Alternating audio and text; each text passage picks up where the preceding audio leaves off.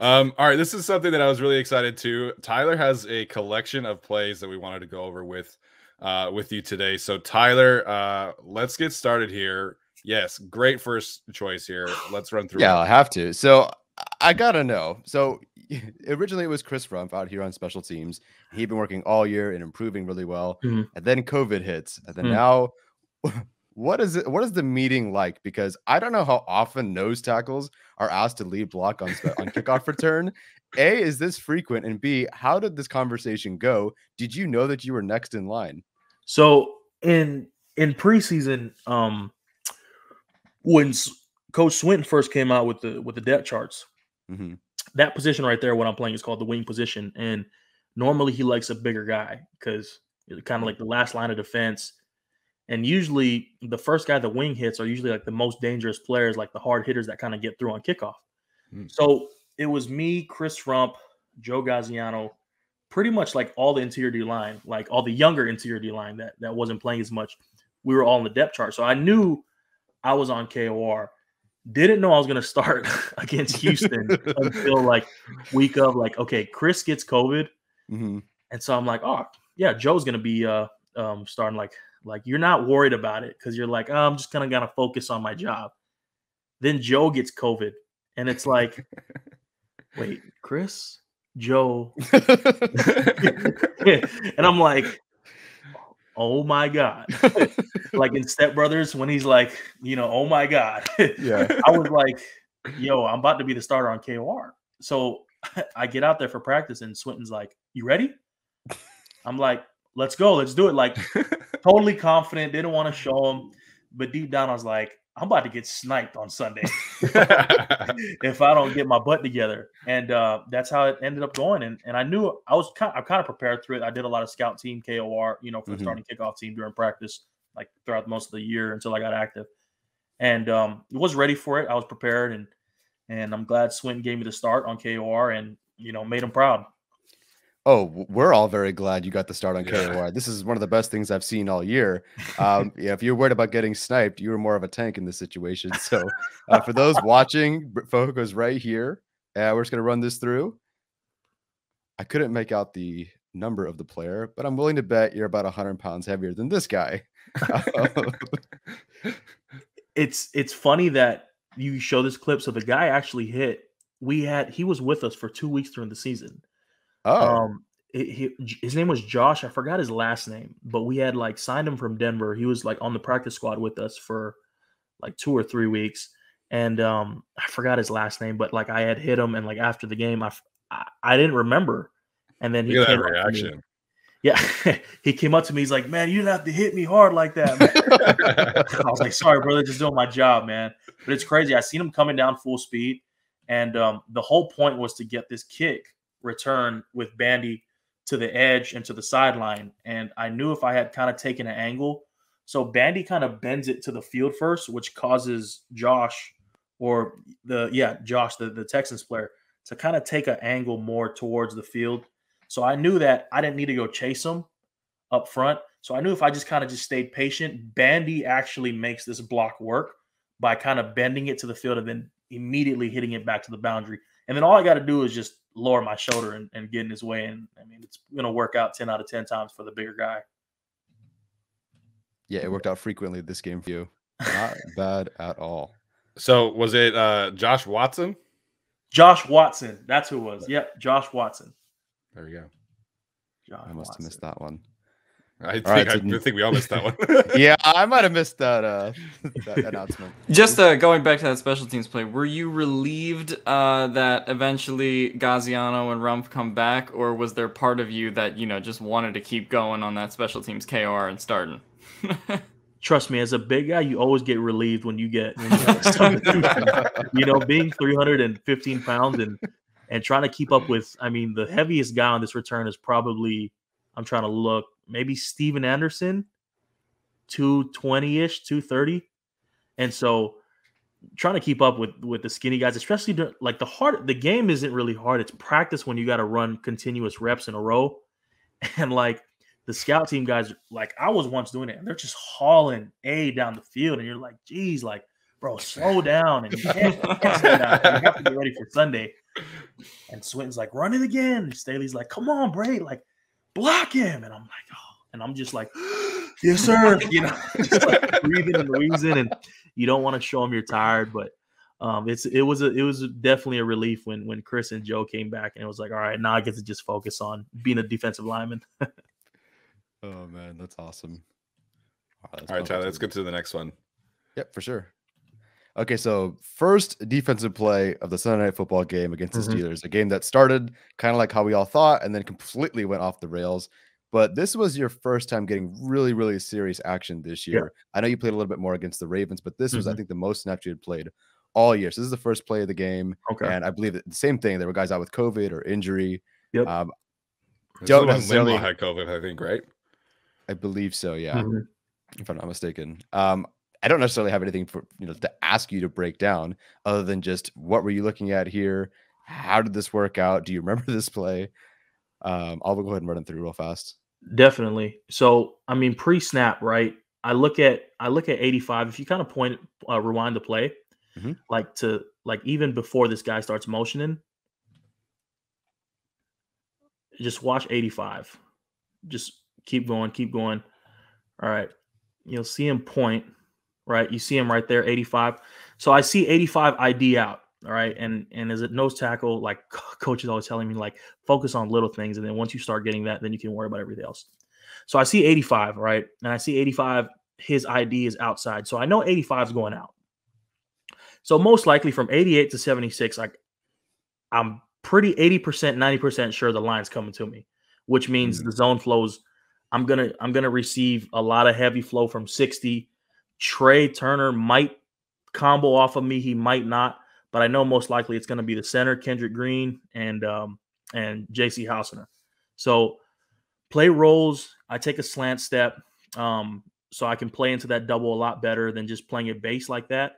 And I play into 60, which leaves 53. First play of the game, so you kind of know guys are going to be a little jittery and a little more anxious because that's just how it is. You know, guys want to get out there, hit somebody.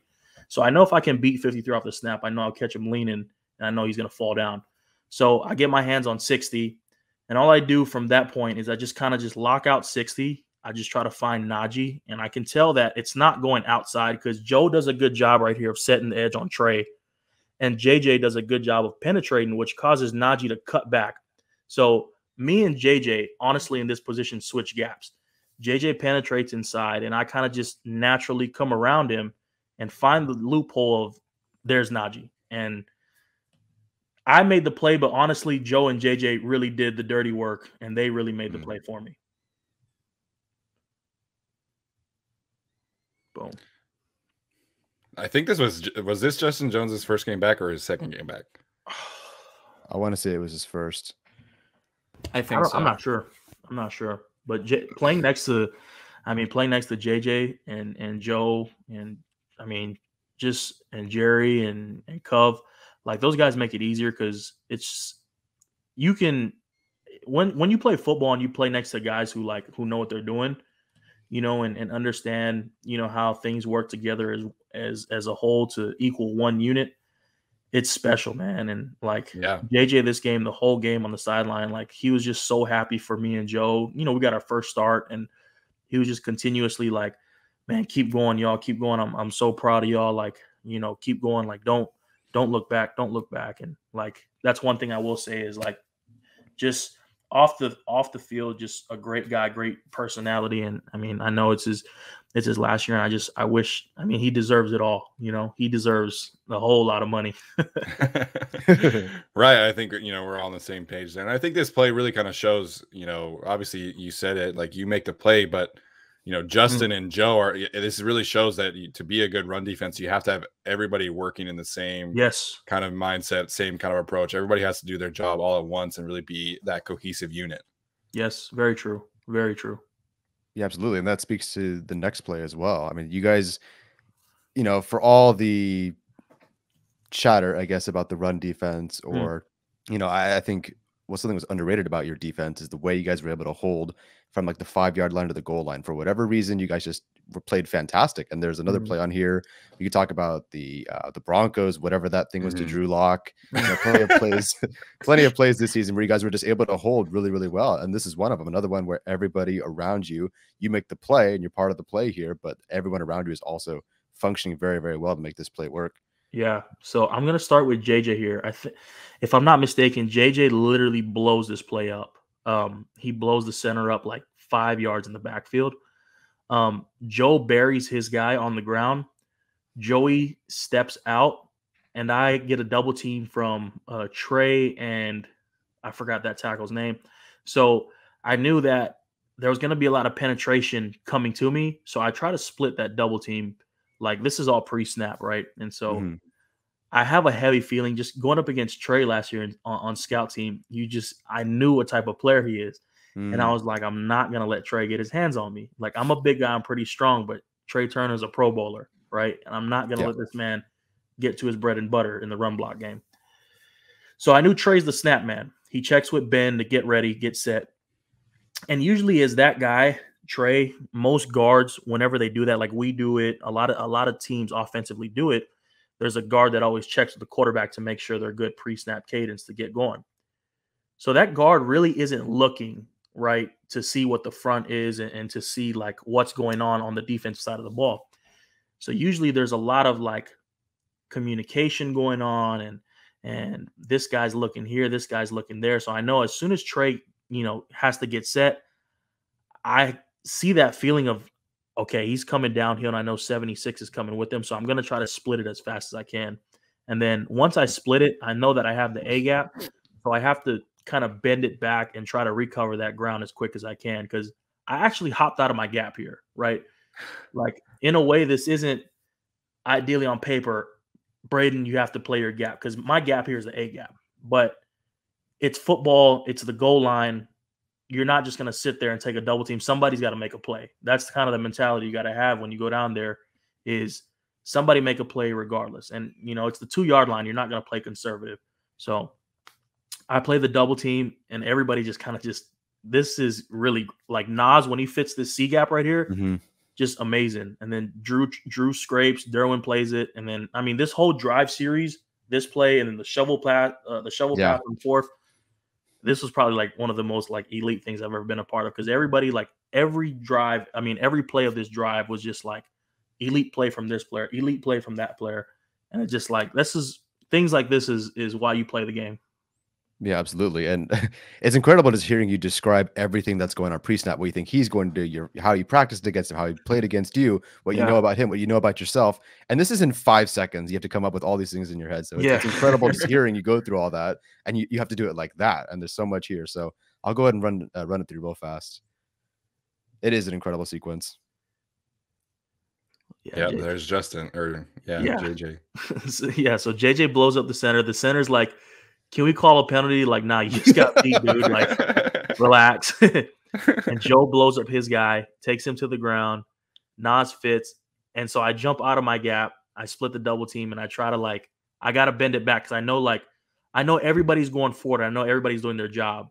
So I know if I can get back to that A gap between the center and Trey Turner, I know we kind of got something cooking here. Because if I don't, then I kind of leave Drew on an island here with I'm in the B gap, and Drew has to, play A gap, and then he has to cover for me, and then eventually, have to flow off Ben if it's play action pass. So, incredible.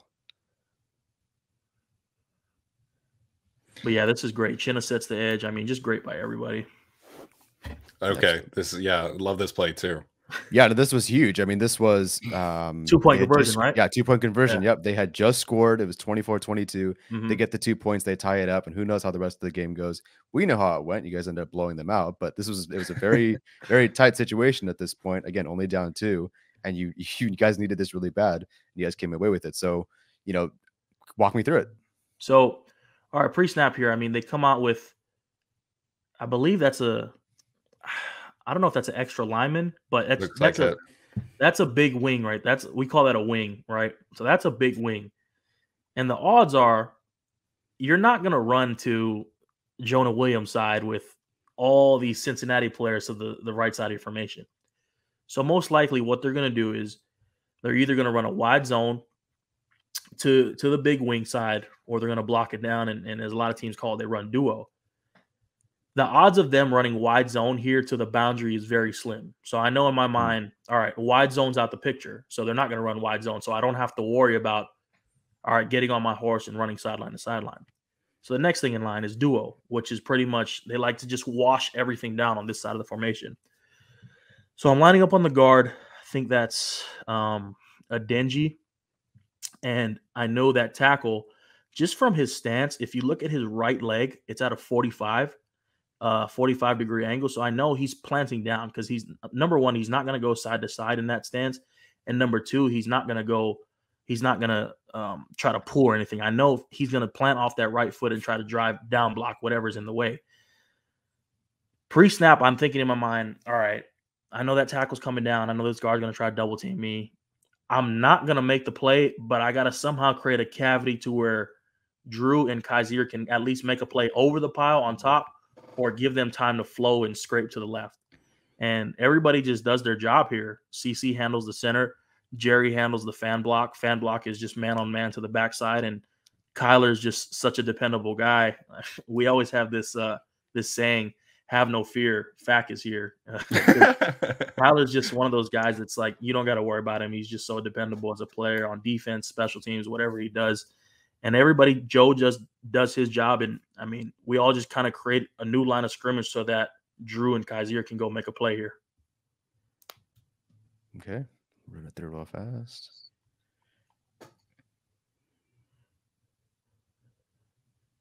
Yeah. Yeah. Inches. There was like a penalty too, right? So this was really like a short conversion. Yeah. It was like half the distance, I think. You're right. They did have a penalty before this play. Very right. That's a great job by Joe here. If you rewind it, you watch Joe on the double team. So Joe knows too. Joe, you see that tackle in his stance? I mean, that right tackle, like, you don't even have to play football to know that right tackle is coming downhill. I mean, his stance is so wide, and he's planted off that back foot. Like, it's normal drive. And then that tight end, that big O-line with him, he is eyeballing Joe like a mug right now. Like, he's trying to take Joe's lunch money. So I know, like, if I can get my big body into that B gap with Joe and create some type of just pile and force there, I can help Joe play this double team better. And I can just eliminate an extra body that doesn't have to touch the linebacker here.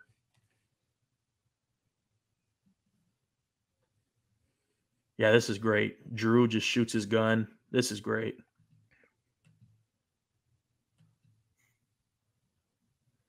I love that. Drew shooting his gun there causes Joe Mixon to have to bounce out. There's no run for Joe Mixon on the backside. I think Chenna like destroys this tight end too here. I didn't get to see Chenna. Oh my goodness. Dude, Chenna's a freak, man. He balled so well towards the end of the season. Like that pick. This game in particular too. Yeah, this game and like the Kansas City pick. I don't know if y'all noticed, but like early in the game, he could have picked one off at like midfield. And I was joking with Chenna like before the game, like leading up to practice all week. He was like, man, Pat is the only dude I haven't sacked out of all the teams we played. Like, man, I got to get sack on him. He comes to the sideline after the pick. I was like, do you want to trade the pick for a sack? He's like, hell no. Probably one of the best plays I've ever seen. That in the goal line stand against Denver, where Drew Lock was trying to haul and Joey just makes a crazy play.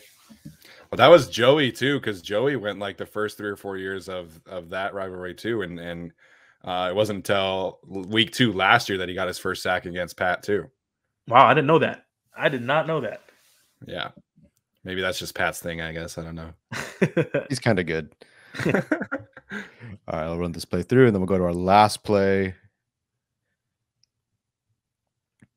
which is we're going to switch sides of the ball here and go to offense because I got to know what's going through everyone's minds on this play here. I think the whole drive, this is 1st and 10 from the 12. This is going to be the final play of regulation, and you got to score or you lose or you're out or you're gone.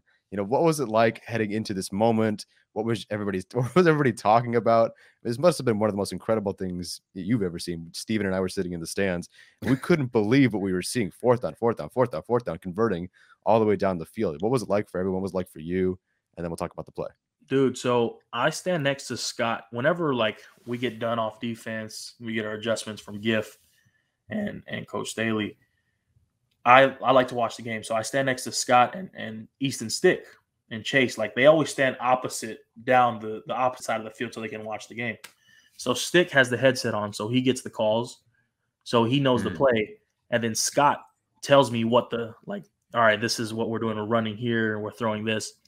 And so going to this play, he was like, he's going to try to look for, they had this little bunch to the boundary. They call it FIB, formation in the boundary. And you can tend to mix defenses up, right, with the route concepts, the route trees, the spacing.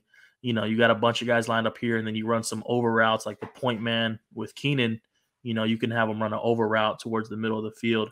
And is that Jared right there? You can kind of mix it up and have Jarrett run like a wheel. You can have Josh run a deep dagger, stuff like that. And the best part about it is you isolate Mike over here at the top of the formation, and you give Mike Williams, a big receiver, all that space in the field. So I don't know, I'm not an offensive guru, but just playing defense, you kind of know these things pre-snap. Sure. They got FIB, who's the point man, and having Keenan as the point man is very dangerous. And then you isolate him and Mike opposite each other. It's geez, all right, who are we gonna cover here? Who are we gonna bracket? But bro, I'm watching this on the sideline, and this throw and catch right here. I honestly think this was a crazy one, but the throw to Josh Palmer on 4th and 23. Yeah. I think that was probably the best play I've ever seen in person. And I've been a part of some really good football games. That was probably one of the craziest. It was a dart. Justin threw a dart. Yeah, no, Josh Palmer comes up in clutch again against the Patriots. It was a little bit late, but that incredible catch down the sideline. And then, of course, I think Williams tapped himself out and subbed out because he was exhausted. Palmer comes in and catches what at the time was the biggest play of the game. It was incredible. Crazy play. I mean, what a series of drives. It was incredible. It's all good. Play.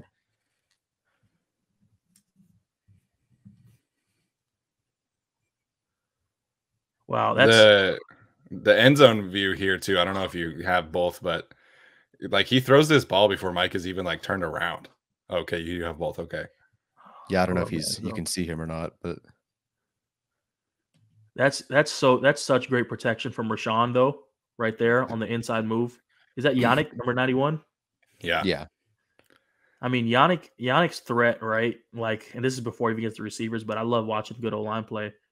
Yannick loves to do the cross chop, speed dip to outside. So Rashawn, as a rookie, ideally should overset here. It's a 3-man rush, and knowing that he has Matt Filer help inside, I know if I'm a tackle, I'm going to overset Yannick Ngakoue every time because Yannick Ngakoue is a crazy speed rusher. He wants to beat you on the edge. So I'm thinking pre-snap, all right, Rashawn's going to overset here. Rashawn sets patient as if he's not worried about Yannick Ngakoue's speed rush. That, in the words of Coach Staley, that's gangster. Bro, this is a gangster set because if I'm playing against you, right, and as an offensive lineman, Breiden Fehoko's bread and butter is a power rush or he's a power player. You're going to try to beat me with speed. You're going to try to beat me with agility. You're going to try to counter. You're not going to counter power with power. Rashawn Slater is countering power with power here. You throw a haymaker, he's sitting there taking it. He's going to throw one right back. This is crazy. He goes inside, which allows Justin extra time to roll out right there to the left and just throw a dart to Mike on this play. It all starts from the protection from Rashawn. He's so good. Hey, he's crazy good. Generational. Just punches him in the chest. Oh my gosh, that's a crazy play. Such a good play. See, this is what I'm talking about, pre-snap. Just the spacing Mike has here. So, I'm not a defensive coordinator. I don't know if I'd put 3 safeties right on the end line.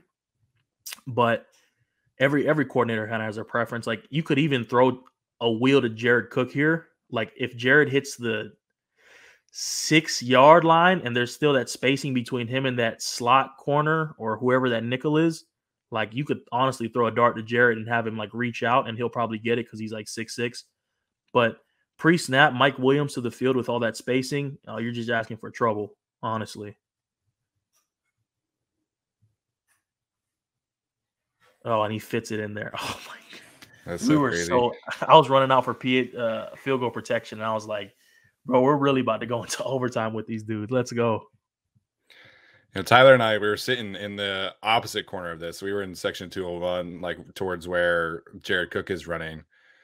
And we honestly, like, no one in the section could believe like what was happening. The Raiders fans thought that it was an incomplete pass, of course.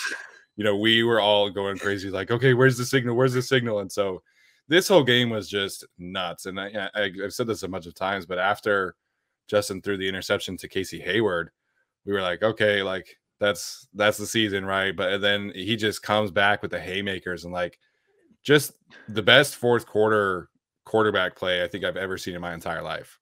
You know what I think was the turning point of this game? Like everybody could talk about the run, the timeout, but I don't know if y'all remember. So the Raiders, we held them to a field goal on the first overtime drive they had. We came out and we ran a RPO where Jared took it for like 40 yards down the field. And they called the penalty on Filer. Yeah, they called it illegal. And what I don't get right is you can't call illegal man downfield if you're connected on a double team block. Like him and Corey were connected on the 2-eye, which like, bro, that's your 2 eyes getting blown up. Like that's not illegal man downfield. You know, if your defensive lineman's out here getting blown up, that you can't. What am I supposed to do? Like not play hard? And so me and Scott are standing next to each other. We're like, how is that an illegal man downfield? He's connected on a double team. And Jared takes the RPO and he takes it for like 40 and they call it illegal man downfield. And that's, I think, what really changed the game because we did go down and we tied it up with the field goal. But the momentum after Jared took that pass and caught it and completed it, like if you watch the Raiders defense, like they were like, oh my God. Like they're rolling. Like they were all hanging their heads after that play. Like honestly, like we were watching on the sideline and they were hanging their heads and they called the flag and it was just like a new life for them. I think that was the turning point of the game. Because if they don't call that, I think we just go down and score in like 2 or 3 more plays. Wasn't the only call the refs missed in that one. Hey, when you're in Vegas, man, you know you got to go against the odds. So Vegas always wins, right?